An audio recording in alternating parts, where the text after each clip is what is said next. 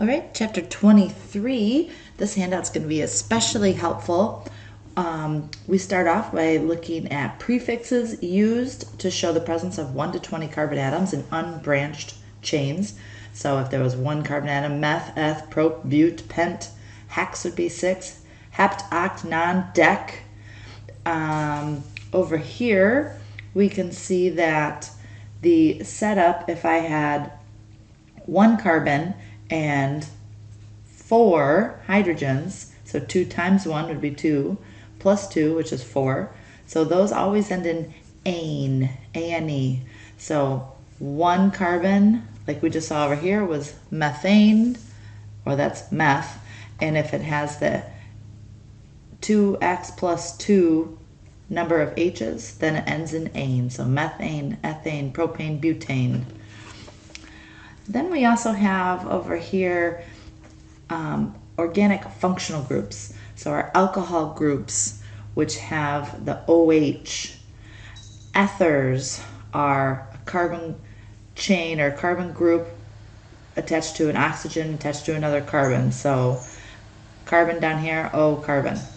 An aldehyde, a carbon group or chain connected to a C double bonded to an O and an H.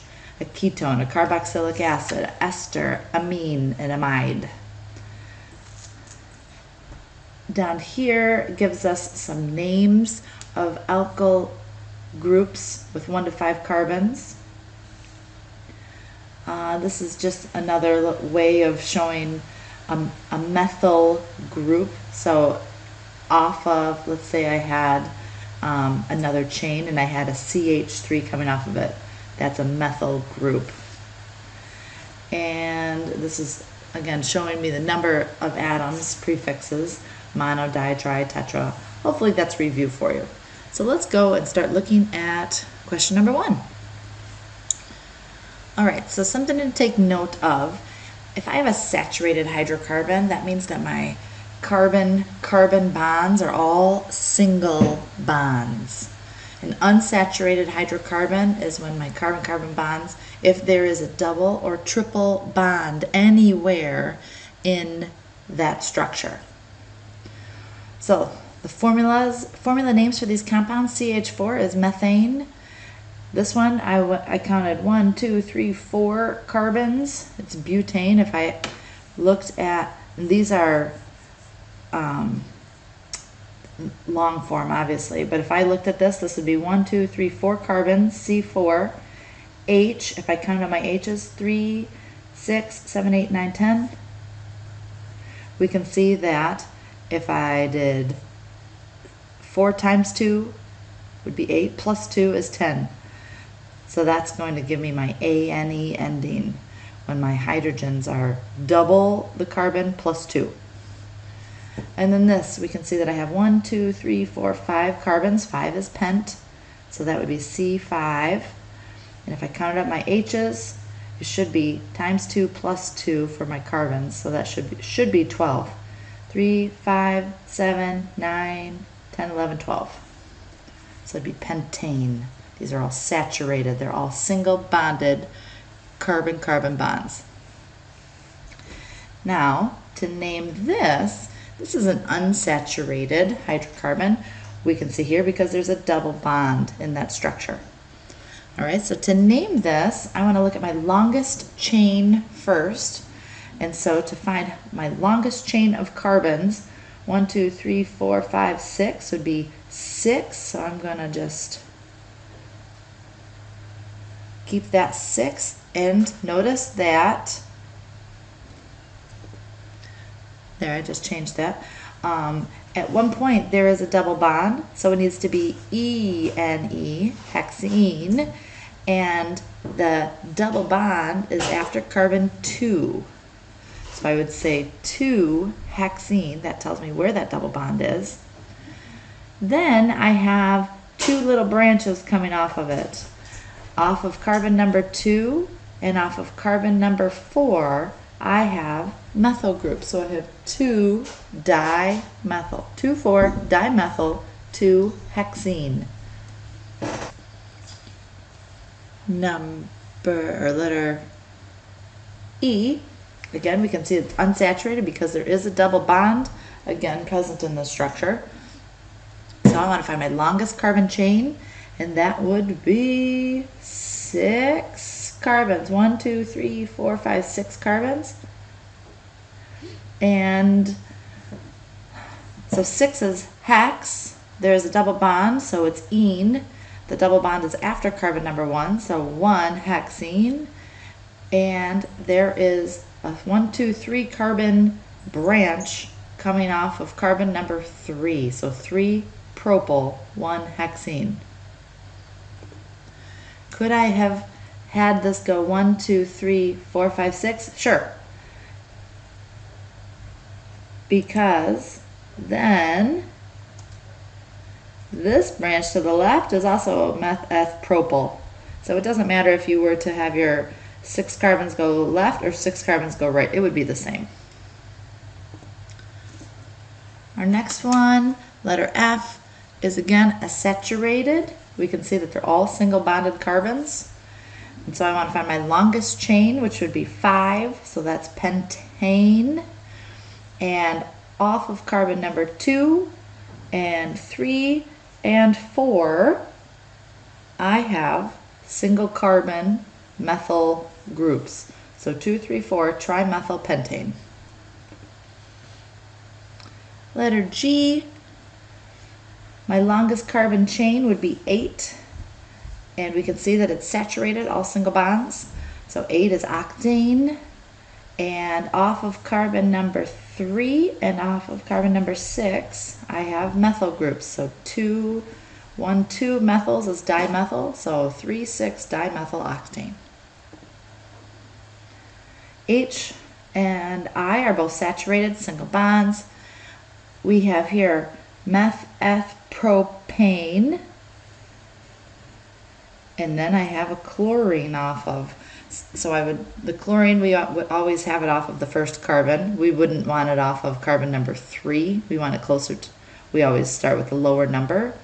So the chlorine we would say is off of carbon number 1. So we'd say 1-chloropropane. And here I have meth-eth. So that would be ethane, but we have an OH, that alcohol coming off of it. So ethanol. For number 2, it wants us to do a 7-carbon alkane. So I just showed 1, 2, 3, 4, 5, 6, 7. Remember, and you don't have to have those little dots. It could just be drawn like this. 1, 2, 3, 4, 5, 6, 7. That's a skeleton structure, a way of showing carbon structure. So that would be a cycloalkane. Cyclo just means circular.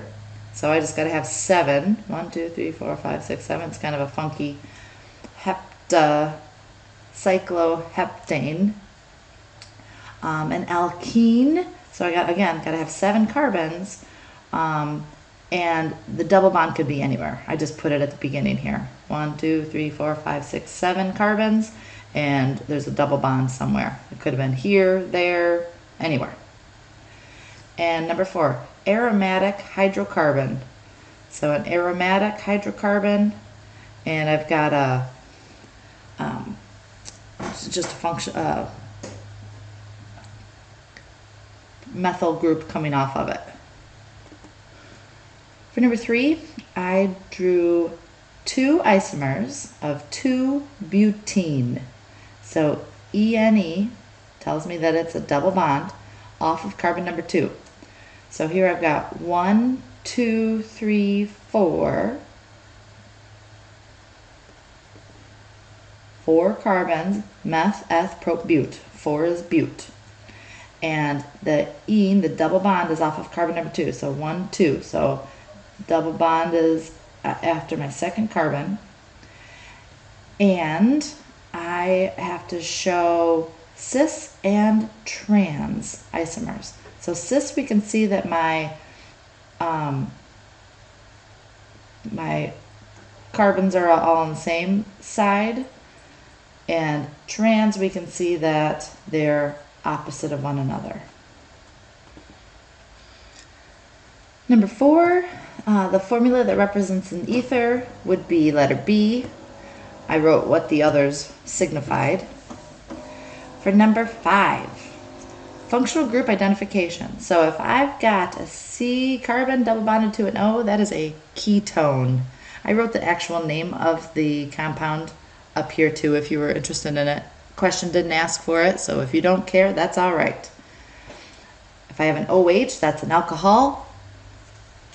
If I have a OH bonded to carbon with double bonded O, that's a carboxylic acid. This would be an aldehyde. And again, you can look at the earlier part of your packet that I gave you, and this chart would also be extremely helpful for looking at functional groups. And it's nice and color-coded. Down here, we've got another carboxylic acid, another carboxylic acid, an alcohol, and a ketone. Looking at more functional groups, we can see here that I have an amine, so I have a hydrocarbon and attached to an NH2, so that would be an amine. I also have a triple bond here, so that would make this an alkyne. On this structure, I've got an alcohol, so I've got a carbon base here with an OH, that's an alcohol, and here I've got a carboxylic acid.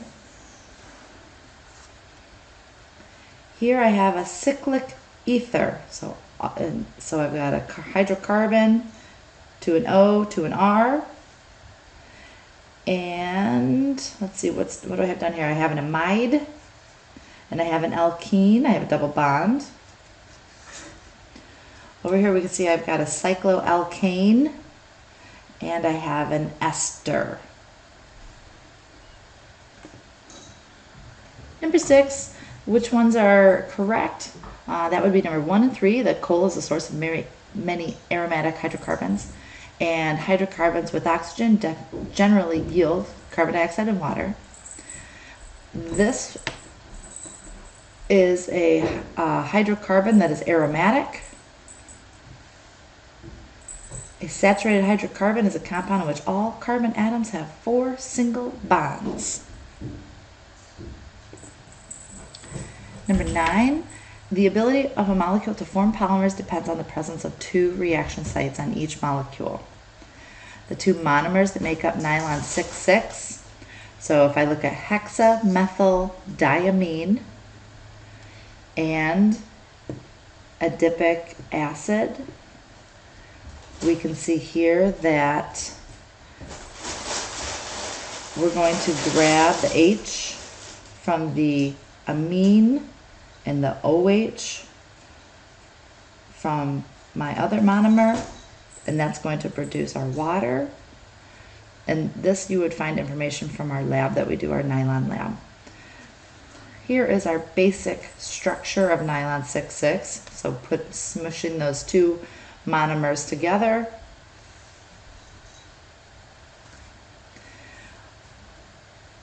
Which structure would be expected to form polymers and other species and just like it? This guy would, because we can break that double bond. A peptide bond is the amide linkage that is formed in a condensation reaction involving the amine group of one amino acid with the carboxylic acid group of a second amino acid. And so here we've got our carboxylic acid and our amine, and we're able to form that peptide bond when we smush those 2 together, and that results in water. Number 14, so again, I just wrote that reaction from the page before. I have my amine group and my carboxylic acid, and we can see that those 2 together results in forming that peptide bond and water as a product. And so what dipeptide may be formed in a reaction of glycine and phenylalanine? And so that would be this number 1 and number 4. 15 polyvinyl chloride, or PVC, is used in raincoats and pipes. It's produced by the addition of chloroethylene. What's the structure of the polymer produced in this reaction? And that would be E. We're going to break a double bond, form that single bond. And our biodiesel, let's look at this reaction. All right, so let's look at our biodiesel first reaction. It tells us that we have 1 mole of methyl myristate, and it's C13H27 CO2 CH3, and that's in liquid form. It's burned, so that means we are in the presence of oxygen to give me CO2 and H2O. So I balanced everything. I have 13, 14, 15 carbons on the left, so I needed 15 carbons on the right. And then I added up my hydrogens, and I had 30 hydrogens on the left, so I have 30 hydrogens on the right. I counted all my oxygens. I had 45 oxygens on the right. So to get 45 hydrogens on the left, and I already had 2 here, so 43 over 2, because I have O2s there.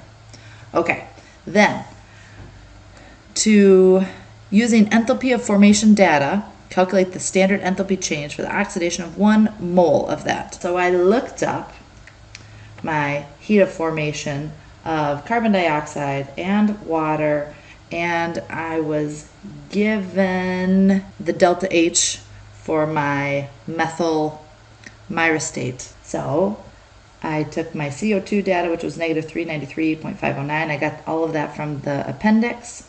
So 15 times that plus 15 times the water, this is our CO2 and our water values, minus, that was the methyl myristate value, and of course single elements are 0. So I found the delta H, the enthalpy of formation data for 1 mole of our methyl myristate. And then it says which compound, methyl myristate or hexadecane, which is C16H34, hydrocarbon and petroleum-based diesel fuel. It wants to know which provides greater energy per mole of fuel. So it told me the delta H for C16H34. So I found the delta H of that. Again, I knew CO2 and H2O already. I just had to write the balanced equation. So I had 1 mole of this, 16 moles of CO2, 17 moles of water, and then that helped me balance my oxygens on the left. So I found the heat of formation of that was negative 9,951 compared to 8,759. So the hexadecane provides more energy per mole. The hexadecane is a larger number than my methyl myristate. And then finally, which compound is predicted to provide greater energy per liter of fuel? So I took my methyl myristate, my delta H, and my hexadecane delta H, so my negative 8,759.1 kilojoules per mole. My hexadecane was negative 9,951.2 kilojoules per mole. I found the molar mass of each of those, so I went from moles to grams, moles to grams. I took the density that we were given up here in number 3, the density for the methyl myristate and for C6H34, the hexadecane. So that, I had to have my grams on top, so I multiplied by the density. That got rid of grams. So then I was in kilojoules per milliliter. And finally, I went from milliliters to liters. So my methyl myristate versus my hexadecane. Hexadecane still gave me more energy per liter. As we can see, that this was 3.3 times 10 to the 4th, and this was 3.1 times 10 to the 4th. So that hexadecane provided greater energy per liter of fuel.